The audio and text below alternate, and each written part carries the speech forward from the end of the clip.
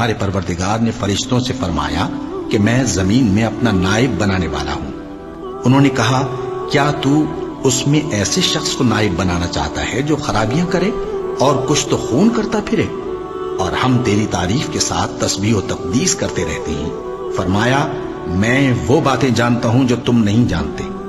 اور اس نے آدم کو سب چیزوں کے نام سکھائے، پھر ان کو فرشتوں کے سامنے کیا اور فرمایا کہ اگر سچے ہو تو مجھے ان کے نام بتاؤ۔ انہوں نے کہا تو پاک ہے، جتنا علم تو نے ہمیں بخشا ہے اس کے سوا ہمیں کچھ معلوم نہیں، بے شک تو دانا ہے، حکمت والا ہے۔ تب اللہ نے آدم کو حکم دیا کہ آدم تم ان کو ان چیزوں کے نام بتاؤ۔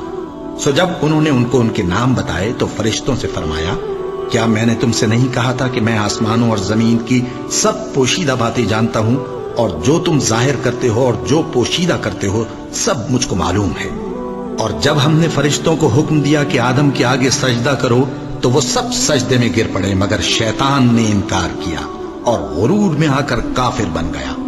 اور ہم نے کہا کہ اے آدم تم اور تمہاری بیوی بہشت میں رہو اور جہاں سے چاہو بے روک ٹوک کھاؤ پیو، لیکن اس درخت کے پاس نہ جانا نہیں تو ظالموں میں ہو جاؤ گے۔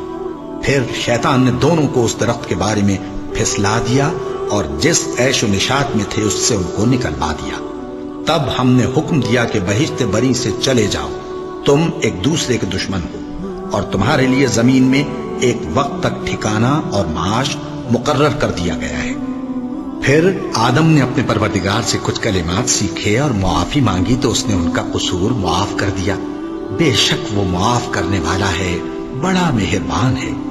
ہم نے فرمایا کہ تم سب یہاں سے اتر جاؤ، جب تمہارے پاس میری طرف سے ہدایت پہنچے تو اس کی پیروی کرنا کہ جنہوں نے میری ہدایت کی پیروی کی ان کو نہ کچھ خوف ہوگا اور نہ وہ غمناک ہوں گے، اور جنہوں نے اس کو قبول نہ کیا اور ہماری آیتوں کو جھٹلایا وہ دوزخ میں جانے والے ہیں اور وہ ہمیشہ اس میں رہیں گے۔ اے آل یعقوب میرے وہ احسان یاد کرو جو میں نے تم پر کیے تھے، اور اس اقرار کو پورا کرو جو تم نے مجھ سے کیا تھا۔ میں اس اقرار کو پورا کروں گا جو میں نے تم سے کیا تھا، اور مجھی سے ڈرتے رہو۔